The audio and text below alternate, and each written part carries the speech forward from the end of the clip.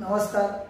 लोकशाही भारतमध्ये आपल्या सर्वांचं स्वागत आहे. मी पत्रकार विष्णू पोले आणि माझ्यासोबत आहेत सामाजिक कार्यकर्ते सहदेवजी गुणाळे सर. सर नमस्कार. सर, आपण या क्षेत्रामध्ये सामाजिक क्षेत्रामध्ये गेल्या किती वर्षापासून आहात आणि आपली सामाजिक क्षेत्रातली सुरुवात कशा पद्धतीने झाली? ते सामाजिक कार्याचं जे बाळकडून आहे मला परंपरागत मिळालेलं. आमच्या घरी म्हणजे किराणा दुकान होतं. त्याच्या किराणा दुकान असताना बाबा येणारे ग्राहक आहे त्यांना मदत करणं. आता याच्या बाबतीत जर बघितलं तर एखाद्या गावातल्या व्यक्तीच्या मुलीचं लग्न असलं तशा परिस्थितीत आमच्या वडिलांनी 10-20 हजार त्या माझ्या खिशामध्ये द्यायचे आणि त्या माणसाला जर तिथं लग्नामध्ये गरज पडली तर ते पैसे देणार. आणि अशा पद्धतीनं पुन्हा आमच्या इथं पेंडॉल मंडळ याचा व्यवसाय होता. मुलीचं लग्न असलं की त्या मुलीच्या वडिलांनी कधी आमच्या पैसे सुद्धा मागायचे नाही, तुझ्याजवळ येते व्यक्ती. म्हणजे अशा पद्धतीनं सोशल काम करण्याची त्या म्हणजे जन्म बरं सर, आपली शैक्षणिक पार्श्वभूमी काय? शैक्षणिक पार्श्वभूमीच्या जर बघितलं तर शिक्षणाविषयी तेवढी आवड नव्हती. पहिलीमध्ये असताना मला शाळेमध्ये घालण्यासाठी घरच्यांनी खूप प्रयत्न करायचे. रोज मी नवीन काहीतरी बहाणा करायचं. एका दिवशी पोट दुखलं म्हणायचं, ती दुसरा बहाणा झाला की डोकं दुखायला म्हणायचं. त्याच्यानंतर ती बहाणा संपला. त्याच्यानंतर आता काय करायचं? आमच्या इथे किराणा दुकान असल्यामुळे ते माल खरेदी आणलेल्या मालच्या मोठमोठ्या थप्प्या असायच्या. त्या थप्प्याच्या सांधीमध्ये दप्तर फेकून द्यायचं, माझं दप्तरच सापडणं गेलंय. म्हणजे असं शाळा बुडवायसाठी काहीतरी बहाणा करायचा. त्याच्यानंतर दुसरीच्या वर्गामध्ये गेल्यानंतर शिक्षक चांगले भेटले. मद्रेवार सर होते चापोलीचे, नंदकुमार मद्रेवार. त्यांनी म्हणजे इतका अभ्यास चांगल्या पद्धतीने करून घेतला. त्या काळामध्ये दुसरीमध्ये असताना इंग्रजीमध्ये मी पत्र लिहिलं होतं आमच्या मावशीला. सगळे म्हणजे पाहुणे रावळे सगळे, मला 7 मावश्या 4 मामा, ते सगळे म्हणायला इंग्रजीतून पत्र लिहिलं. म्हणजे अशा पद्धतीनं अभ्यासाच्या बाबतीत चांगलं होतं. त्याच्यानंतर अभ्यास करायला लागलो. करत असताना 7वी मध्ये पुन्हा मला एक फोन आली, पुन्हा शाळा सोडून दिली. शेताकडे 10-12 गाई म्हशी सगळे घेऊन त्याच्यानंतर दूध हे म्हणजे व्यवस्थित शेतीकडे काम करायला लागलो. पण 7वी मध्ये असताना आमचे पुणे गुरुजी म्हणून आहेत, ते पुणे गुरुजीने घरी येऊन सांगितले की बाबा याची फीस भरून घ्या, 7वीची परीक्षा देऊन घ्या. शेवटच्या एक 8 दिवसामध्ये अभ्यास केला. म्हणजे बुद्ध्यात चांगला असल्यामुळे 8 दिवसात अभ्यास करत 7वी पास झाला. त्याच्यानंतर 8वी 9वी 10वी सुद्धा चांगल्या पद्धतीने झाली. 10वी पास झाल्यानंतर इथल्या यशवंत विद्यालयामध्ये मी ऍडमिशन घेतलं. खरं पाहिलं तर त्यावेळेस मला सायन्स साईडला जायचं होतं किंवा कॉमर्स साईड घेऊन CA किंवा असं काहीतरी बनायची इच्छा होती. पण त्यावेळेस आर्थिक परिस्थिती नसल्यामुळं त्या ठिकाणी यशवंतला ऍडमिशन घेतलं. यशवंतला ऍडमिशन घेतल्यानंतर 12वी पास झालं होतं. 12वी पास झाल्यानंतर सुद्धा डोनेशन 20,000 रुपये भरायला नव्हते, म्हणून मी DEDला जाऊ शकलो नाही. मग मी ग्रॅज्युएशन महात्मा गांधी महाविद्यालयात कंप्लीट केलं. त्याच्यानंतर ग्रॅज्युएशन झाल्यानंतर सुद्धा प्रश्न काय झाला. आता माझे मोठे बंधू सायन्स साईडला होते, मी आर्ट साईड घेतली. मग आर्ट साईड घेतल्यानंतर आता करायचं काय, तर सगळं मग सहज डोक्यात आलं की बायला म्हणजे क्षेत्र आता निवडत असताना म्हणजे आपले लँग्वेज बोलणं डेअरिंग सगळ्या गोष्टी जर बघितलं. मी लहान म्हणजे एक 8वी-9वी असताना नाटकात काम करायचं. गावामध्ये आमची एक परंपरा, इकडल्या नांदेड जिल्ह्यामध्ये कुठपर्यंत आमच्या गावचे म्हणजे नाटक जायचे. मी म्हणजे ग्रॅज्युएशन मध्ये असताना महात्मा गांधी महाविद्यालयामध्ये एक शेतकऱ्याच्या आत्महत्येवर नाटिका बसवली होती. ती नाटिका बघून रारगोवाडे लेखक आले. त्यावेळेस त्यांनी मला 500 रुपयाचं बक्षीस त्यावेळेस, आणि किशनराव देशमुख यांनी 500 रुपयाचं बक्षीस दिले होते. म्हणजे स्वतः कथा लिहायच्या, स्वतः नाटक करायचे. ग्रॅज्युएशन मध्ये नंतर मी गावाकडे असताना सुद्धा गणपती पिरियडमध्ये नाटक बसवायचं सगळ्या मित्राला घेऊन. म्हणजे अशा पद्धतीने ग्रॅज्युएशन झाल्यानंतर म्हणजे नाट्य क्षेत्रात जायचं का जर्नलिझम करायचं. मग आता कसं असतं, कुठंतरी रस्ता सापडावा लागते. आता आमच्याच गावचे भातचे बालाजी देवधनकर, आता सध्या ते नागपूरला आहे उपसंपादक म्हणून दैनिक लोकमतला. त्यांच्याशी कॉन्टॅक्ट केल्यानंतर म्हणले काही हरकत नाही, ॲडमिशन विद्यापीठात मिळून जाईल, पण त्याच्यासाठी एंट्रन्स द्यावा. मग त्या काळामध्ये 1000-1500 विद्यार्थी एंट्रन्सला असायचे आणि त्याच्यापैकी 25 विद्यार्थीची निवड व्हायची जर्नलिझमला.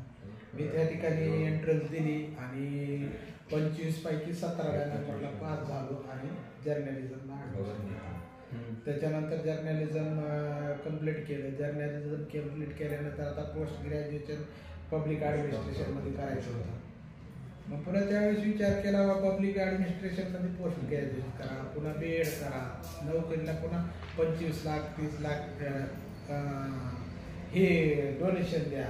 मग ते बालपणीचे जे तुम्ही शेतकऱ्यावरचे नाटक वगैरे केलेले होते, तर मग तेव्हापासूनच विचार होता की शेतकरी चळवळीमध्ये वगैरे जायचं? नाही, शेतकरी चळवळीत जायचा हा विचार नव्हता. पत्रकारिता त्या क्षेत्रामधून सामाजिक विषय मांडायचे. त्याच्यानंतर मी पत्रकारितेचं जर्नलिझम झाल्यानंतर औरंगाबादला काही दिवस जॉब केला. त्याच्यानंतर लातूरला प्रतिव्यवहारला उपसंपादक म्हणून जॉईन केलं. त्याच्यानंतर दैनिक सकाळची अहमदपूर ग्रामीणसाठी जाहिरात निघाली म्हणून चला मला गावाकडे दैनिक सकाळ जॉईन केलं आणि ग्रामीण प्रश्न मांडत किनगावच्या महात्मा फुले महाविद्यालयामध्ये जॉईन झालो. त्याच्यानंतर तिथं 7 ते 8 वर्ष संरक्षण शास्त्र विषय शिकवला. त्या विषयामध्ये 100 पैकी 100 मुलांना मार्क पडायचे. असं माझ्या हाताकडून जवळपास 200 ते 250 विद्यार्थी मिलिटरी पोलीसमध्ये गेले. त्याच्यानंतर मग राष्ट्रीय सेवा योजनेचे शिबिर घेऊन जायचे पुण्या गावात. महाराष्ट्रातलं पहिलं गाव संत गाडगे बाबा ग्राम स्वच्छता अभियानामध्ये पहिलं आणण्यासाठी सताळा येते. मी 10 दिवसाचं कॅम्प घेऊन त्या ठिकाणी म्हणजे मुलांकडून शोषखड्डे पाडणं, त्याच्यानंतर लोकांच्या जागृती करणं, घराघर जाऊन संडास बांधा म्हणून सांगणं हे त्यावेळेस केलं. मग त्याच्यानंतर 2011 मध्ये जिल्हा परिषदकडून जाहिरात निघाली की बाबा स्वच्छ भारत मिशन अंतर्गत जागा भरण्यात. मी पंचायत समितीला कोऑर्डिनेटर म्हणून स्वच्छ भारत मिशनला जाणं म्हणजे आवडीचा विषय मिळाला. त्याच्यानंतर मी तालुक्यात प्रत्येक गावात घरोघर जायचं, त्या लोकांना कन्वर्ट करणं, स्वच्छताग्रह. लातूर जिल्ह्यामध्ये 1 नंबरवर तालुका होता की बाबा ते अधिकारी सुद्धा CO म्हणायचे. त्या अहमदपूरचा BDO सहदेव होणारे का कोण आहे म्हणजे इतकं काम करायचं झोपून देऊन. सकाळी मग त्या COना कळालं की हा माणूस पहाटे 4 वाजता मोटरसायकलवर अहमदपूरला येतोय आणि अहमदपूरहून गुड मॉर्निंग पथक सगळ्याचं तयार करून एकमेव अहमदपूर तालुका होता ज्या म्हणजे चळवळीमध्ये पोलीस प्रशासन, महसूल प्रशासन, आरोग्य विभाग, पुन्हा महिला बाल कल्याण सगळे विभाग एकत्र येऊन काम करत होते. मी पत्रकारितेत असल्यामुळे सगळ्या अधिकाऱ्याला म्हणजे ती आपली इमेज बनलेली होती. पत्रकारिता असले सगळे अधिकारी हो म्हणायचे, सकाळी यायचे. चिखली गाव किनगाव पोलीस स्टेशनला दत्तक दिलं होतं. त्याच्यामध्ये ते गाव सुद्धा आगंदरे सगळं अख्खा महाराष्ट्रातून कुणीही म्हणायचं आमचं काय गावचं होते बाबा चिखली, पण त्या गावाने रिस्पॉन्स दिला. गाव खूप चांगलं आहे आणि ते गाव हागंदरी मुक्त झालं. अशा पद्धतीनं 31 डिसेंबर 2017ला हा तालुका हागंदारी मुक्त घोषित केला. आणि ते गुड मॉर्निंग पथकाच्या बाबतीत ज्यावेळेस COला कळालं की हे मोटरसायकलवर सकाळी 3ला निघायचं घरून, 4 वाजता 5 वाजता जातोय सगळ्याला. CO म्हणले ह्याला सेपरेट गाडी आहे. त्यावेळेस BDO सरकार उभा बातल्यानं माझ्या नावावर सेपरेट गाडी आली. म्हणजे गाडी घेऊन सकाळी निघायचं, रात्री 11 वाजताच घरला जायचं. अशा पद्धतीने झोकून देऊन काम करायचं. मग तुम्ही मागे जे शेतकऱ्यासाठीचं आंदोलन तुमचं आमरण उपोषण झालं होतं पीक विम्या संदर्भामध्ये, तर त्याला कुठपर्यंत यश आलं? आता आपण शेतकऱ्याचं आमरण उपोषण केलं शेतकऱ्याच्या प्रश्नासाठी. त्याच्यामध्ये प्रामुख्यानं बाबा शेतकऱ्याची कर्जमुक्ती झाली पाहिजे. शेतकऱ्यांना 2019 पासूनचा विमा मिळाला पाहिजे. 2019, 20, 21, 22, 23 त्या जिल्हाधिकारी महोदयाने जो अग्रिम मंजूर केलाय तो मिळाला पाहिजे. कारण अहमदपूर तालुक्याला सगळ्या लातूर जिल्ह्यालाच नाही महाराष्ट्राला अग्रिम मिळाला. आपल्या इथं बाजूच्या बीड जिल्ह्याला सगळ्या अग्रिम मिळाला, परभणी जिल्ह्याला मिळाला, नांदेडला मिळाला. आपल्या चहूबाजूच्या सगळ्या जिल्ह्यातील गावांना पीक विमा अग्रिम 25% मंजूर झाला.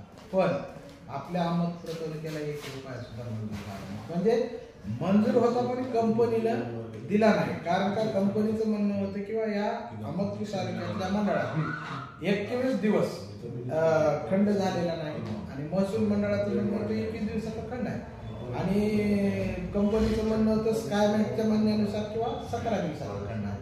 त्याच्यामुळे या ठिकाणी अग्रिम मिळू शकत नाही. ते आंदोलन केल्यानंतर आपण पहिला मुद्दा झाला, त्याच्यानंतर जिल्हा समितीने आपल्या बाजूने निर्णय दिला, आयुक्तांना आपल्या बाजूने निर्णय दिला. एवढंच नाही तर महाराष्ट्र शासनाची जी सचिव समिती आहे त्याने सुद्धा निर्णय आपल्या बाजूने दिला, पण केंद्रीय समितीने आपल्या विरोधात निर्णय दिला. आता हा निर्णय झाल्यानंतर मग आपण हायकोर्टामध्ये रीट दाखल केली आणि आता ते प्रकरण हायकोर्टामध्ये चालू आहे. आपल्या बाजूने निर्णय लागेल 1% गॅरंटी आहे. कारण का उस्मानाबादचे शेतकरी सुद्धा विम्यासाठी हायकोर्टात गेले होते, परभणीचे गेले होते. त्या दोन्ही जिल्ह्यांना विमा मिळालेला 2020चा परभणीला मिळाला आणि 2022चा उस्मानाबाद, म्हणजे आपल्याला सुद्धा तो विमा मिळून जाईल. हो, पण तुम्हाला असं वाटतं की आपल्याला विमा मिळाला नाही आणि आपले जे काही शेजारचे जिल्हे आहेत त्याच्यामध्ये विमा मिळाला तर आपल्या इथल्या लोकप्रतिनिधींनी ज्या पद्धतीनं लक्ष घालायला पाहिजे होतं घातलं नाही असं मला वाटतं. जर अहमदपुरातील लोकप्रतिनिधींनी लक्ष घातलं असतं तर आपल्याला कदाचित न्याय मिळू शकला असता का असं मला वाटतं. हिशोकांत काय आपल्याच बाजूला बीड जिल्हा आहे. बीड जिल्ह्यामध्ये ज्या वर्षीपासून योजना म्हणजे पीक विमा योजना लागू झालेली आहे, पंतप्रधान फसल विमा योजना, त्या दिवसापासून आजपर्यंत एकही वर्ष असं नाही की जिथं त्यांना विमा मिळाला नाही. तिथले लोकप्रतिनिधी खरंच त्यांचं करावं तितकं कौतुक कमी आहे.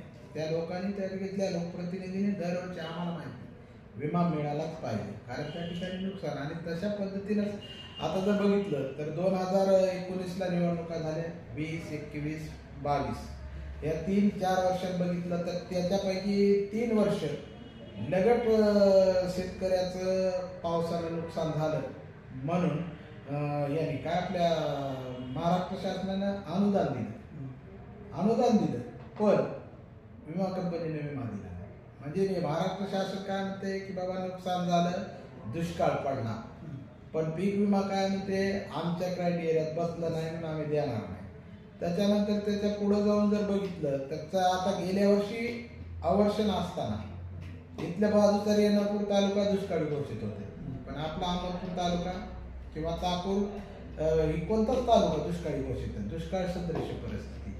म्हणजे हे सगळं कसं आहे बाबा, 4थ्या वर्षी जर कुठं दुष्काळ जाहीर केला, प्रक्षोभ झाला, कर्जमाफी अशा गोष्टी मिळू शकतात. मग महाराष्ट्र शासनानं की बाबा दुष्काळ पडला, दुष्काळ सदृश परिस्थिती आहे म्हणून पुनर्गठन करा कर्जाचे म्हणजे एकही प्रकरण आपल्या अहमदपूर तालुक्यात, चाकूर तालुक्यात मला वाटत नाही, लातूर जिल्ह्यात सुद्धा एकही प्रकरण पुनर्गठनाचं झालं. म्हणजे ह्या यंत्रणा जी आहेत की बाबा शासन निर्णय होतो, शासनाच्या योजना येतात, पण त्या योजना राबवण्यासाठी इथली यंत्रणा जो प्रयत्न करायला पाहिजे तो करत नाही आणि ती राबवण्याची किंवा त्या यंत्रणेला पळवण्याची जबाबदारी ही इथल्या लोकप्रतिनिधीची असते आणि या बाबतीत हे लोकप्रतिनिधी अपयशी ठरले. आता बघा तुम्ही, आता योजना मी एक योजना सांगतो. आज पंतप्रधान पीक विमा योजना ही कुणासाठी आहे? शेतकऱ्यासाठी आहे. आणि तुम्ही जर परिस्थिती बघितली तर गेल्या 2 वर्षामध्ये माझ्या माहितीप्रमाणे 2023 मध्येच बातमी होती की महाराष्ट्रातील पीक विमा कंपन्या 46,000 कोटी रुपये फायदे, म्हणजे महाराष्ट्रातल्या पीक विमा कंपन्या फायद्यात आणि शेतकरी म्हणजे मग आता महाराष्ट्र शासनानं सरकारनं असं केलं किंवा शेतकऱ्यांना 1 रुपयात पीक विमा भरायची परमिशन. लोक खुश झाले, वाढल्या शेतकऱ्यांसाठी 1 रुपयात पीक विमा. पण ह्याच्या भागातलं गौड बंगाल जर बघायला गेलं तर शेतकऱ्यांनी पीक विमा मिळत नाही म्हणून विमाच भरायचं बंद केलं. पर्सेंटेज 50%वर येऊन बसलं होतं. मग तिला असे सोयना गेल्या, या कंपन्याचे बघितल्या कुणाच्या आहेत ही बी शोध घ्यायला पाहिजेत ना. मग पीक विमा कंपन्याकडे पैसे जमा व्हायला गेले, मग त्याच्यानंतर आपल्यापर्यंत काही येणार गेलं म्हणून 1 रुपयाला पीक विमा घोषित केला आणि ज्या दिवशी 1 रुपयाला पीक विमा घोषित केला त्या दिवशीपासून कुठं पीक विमा मिळाला नव्हता. कारण पीक विमा अग्रिम मिळाला पण 75% विमा देण्याचं घोषित केलं तर विमा मिळाला नाही. मग ह्याच्या बाबतीत जर बघितलं, ह्याच्या जर खोलात गेलं तर हे एक मोठं रॅकेट आहे. ह्याची सीबीआय चौकशी सुद्धा करायला पाहिजे. पीक विमा कंपन्या कुणाच्या आहेत त्याच्याबद्दलची काही माहिती आहे तुमच्या? आता तुम्ही जाऊन बघा, सर्च करून जर बघितलं पीक विमा कंपन्याचं संचालक मंडळ कोण आहे बघा, त्याचे लागे बांधे कुणासोबत आहेत बघा, त्या सगळ्या गोष्टी बघण्यासारख्या आहेत. हो, त्याच्यामुळं पर्टिक्युलर कुणावर आरोप करावं, आरोप करून आज मी आरोप जरी केलो हो तर सिद्ध करू शकणार, माझ्या एकट्याची ताकद कमीच पडते. हो, तुम्ही बघितलं मी पीक विमा अग्रिमसह 13 मागण्यासाठी, आता 13 मागण्यामध्ये प्रामुख्याने होतं की लिंबुटीचं पाणी अहमदपूर, खंडाळी, केनगाव, रोकडा, सावरगाव या मंडळाला मिळालं पाहिजे. कारण ही गोष्ट शक्य आहे का, तर शक्य आहे, पण सगळ्या लोकप्रतिनिधीचं म्हणणं होतं की हे शक्य नाही. तर तुम्ही बघा खंडाळीच्या पुढे माझ्या माहितीप्रमाणे ते वंजारवाडी या तलावाचं तिथं काय ते पाणी गेलेलं आहे. पण आता काल परवाच एक घोषणा झाली आहे, ते उद्धव मनारमध्ये त्याचं पाणी आणून टाकणार, तिथून त्या झरीच्या तलावात नेणार. म्हणजे हे आम्ही म्हणलं होतं की नद्याजोड प्रकल्प शक्य आहे तालुक्यामध्ये. नद्याजोड प्रकल्प झाल्याशिवाय तालुक्यामध्ये पाणी मिळणार नाही. याच्या बाबतीत सुद्धा आम्ही म्हणजे त्या ह्याच्यामध्ये आंदोलन करते वेळेस मागणी केली होती. पहिली मागणी होती आमचं कर्जमुक्ती झाली पाहिजे. अहमदपूर तालुका हा दुष्काळी तालुका आहे, नागपूर तालुका दुष्काळी, तर सतत दुष्काळ पडतो, त्याच्यामुळे कर्जमुक्ती झाली पाहिजे. शेतकऱ्याला मोफत वीज मिळाली पाहिजे, शेतकऱ्याचं वीज बिल माफ झालं पाहिजे. अशा 13-14 मागण्या घेऊन आम्ही त्या. आता दुसरी गोष्ट, आता बघा, आता प्रत्येक ठिकाणी तुम्ही बघितलंय, आता परवाचाच एक निर्णय आहे, आशा कार्यकर्ती, अंगणवाडी कार्यकर्ती किंवा कोणताही आता शासकीय कर्मचारी जर एक्सपायर झाला तरी त्याला म्हणजे विमा लागू असतो. आज घडीला बघितलं शेतकरी जरी मेला तर त्याला विमा किती मिळतो, 2 लाख. त्यानं जर तो हप्ता भरला असेल तर आमचं एक म्हणणं होतं की बाबा शेतकरी आता इथल्या इथंच बाजूचं राज्य जे तेलंगणा, त्या तेलंगणा राज्यामध्ये जर एखादी शेतकरी एक्सपायर झाला कसल्याही कारणानं, नॅचरल डेथ हो किंवा ऍक्सिडेंट डेथ हो, तर त्याच्या घरी त्याच्या 13व्याच्या अगोदर 5 लाखाच्या पोहोचतो. आमचं म्हणणं आहे की महाराष्ट्र एवढं सदन राज्य आहे, एखादा शेतकरी गेला तर त्याला 10 लाख रुपयाची मदत करायला पाहिजे. आता तुम्ही गेल्या वर्षी बघितलं चाकूर तालुक्यातील असेल, अहमदपूर, या गेल्या 1 वर्षामध्ये विजा पडून कित्येक शेतकरी मरण पावले, पण त्यांना मदत ही कामाला आली असते. कित्येक शेतकरी आत्महत्या करून मरतात, त्यांच्या कर्जाचे प्रश्न तसेच आहेत. हे प्रश्न इतके प्रकर्षाने म्हणजे समस्या भेडसावणार आहे की याच्यावर कोणी म्हणजे बोलायला. आता मी आता योजनेच्या बाबतीत तुम्हाला सांगलं होतं की बाबा प्रत्येक ठिकाणी योजना राबवल्या, पण त्या योजनाचं इम्प्लिमेंटेशन झालं नाही.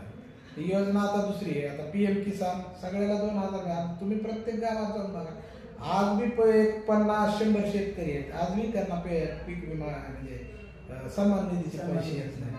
त्याच्यानंतर दुसरी एक योजना, एकल पालक योजना, निराधारासाठीच्या योजना, त्या योजना राबवल्या जात नाही. आज तुम्ही प्रत्येक गावात जाऊन बघा, कमीत कमी निराधार 70-80-60 निराधार आहेत त्या गावामध्ये. 10 एकल पालक योजना म्हणजे लाभार्थी आहेत, पण त्यांना ती योजना तिथपर्यंत पोहोचत नाही. या कागदपत्राच्या घोळामध्ये ते योजनेकडे माणसं सुद्धा फिरकत नाही. म्हणजे योजना राबवण्याची पूर्णपणे जिम्मेदारी कुणाची? आता प्रत्येक योजनेसाठी प्रत्येक डिपार्टमेंट आहे. आता आता तुम्हाला जे आपले पंतप्रधान सन्मान निधीची योजना ही राबवण्याची जबाबदारी, त्याची दुरुस्ती काही असेल सगळी जबाबदारी कृषी विभागाची आहे. त्याच्यानंतर निराधार योजना राबवण्याची जबाबदारी महसूल विभागाची आहे, तहसील कार्यालयाची आहे. त्याच्यानंतर तुमची एकल पालक योजना राबवण्याची जबाबदारी महिला बाल कल्याण विभागाची आहे. तुम्ही जेवढ्या योजना सांगताल मी त्या योजना कोण्या डिपार्टमेंट कोण राबवल्या जातात ते मी सांगतो. आम्ही आवाहन सुद्धा करतोय, पण कसा यंत्रणा ज्या पद्धतीने साथ द्यायला. आता काल परवा बघितलं महाराष्ट्रामध्ये कितीतरी हजार योजना दूत नियम. आता योजना दूत नियमाची गरजच नाही ना, कारण प्रत्येक विभाग त्या योजनेसाठी तिथं स्थापित केलेला आहे. त्या योजनेच्या माध्यमातून एवढंच ह्या शासनाला साधायचं किंवा आमच्या जी योजना त्याची द्या. अरे एवढं लोकांना योजना माहीत झाल्यात तुमच्या, पण त्या राबवल्या जात नाहीत, त्याच्यासाठी काय करतात? म्हणजे याचा अर्थ थोडक्यात असंच आहे की जे काय शासनाचे कर्मचारी आहेत ते योजना राबवत नाहीत, म्हणजे त्यांच्या प्रति लोकप्रतिनिधीचा जो वचक असायला पाहिजे तो नाही का? बरोबर आहे, ते लोकप्रतिनिधीचा वचक नाही. याच्यापेक्षा तर कागदाचा जो घोळ आहे हा. त्या कागदाच्या घोळामध्ये सगळ्या योजना म्हणजे टप्पा तिथल्या तिथं त्या योजनेचा लाभ मिळत नाही. प्रत्येक योजनेमध्ये दलाल झाले. आता पर्टिक्युलर प्रत्येक गोष्टीचं जर तुम्हाला सांगायला बसलो तर तुम्ही डोक्याला हात लावता, कारण त्या लाभार्थी पाशी गेल्यानंतर कळते. आता आमच्या गावातच एक महिला काही कामानिमित्त आलेली, म्हणून तुमचं निराधारचं काय पगार चालू, काय सांगू म्हणले, इतके पैसे मागितले, तितके पैसे पगार मला, अशा प्रत्येक गोष्टी आहेत. त्याच्यामुळे त्या लाभार्थ्याला तिकडे त्या योजनेकडे जावं असं वाटतच नाही. आता याच्या पुढे जाऊन जर बघितलं तुम्ही, आता या शेतकऱ्याच्या प्रश्नाच्या बाबतीत बघितलं, आंदोलनं, बरं ही आंदोलनं कितपत यशस्वी व्हायला लागलेली आहेत, कारण निगरगट्ट झालेले सरकार आहे, निगरगट्ट लोकप्रतिनिधी झालेले, त्याच्यामुळे हे प्रश्न कधी सुटतील हा प्रश्न पडला.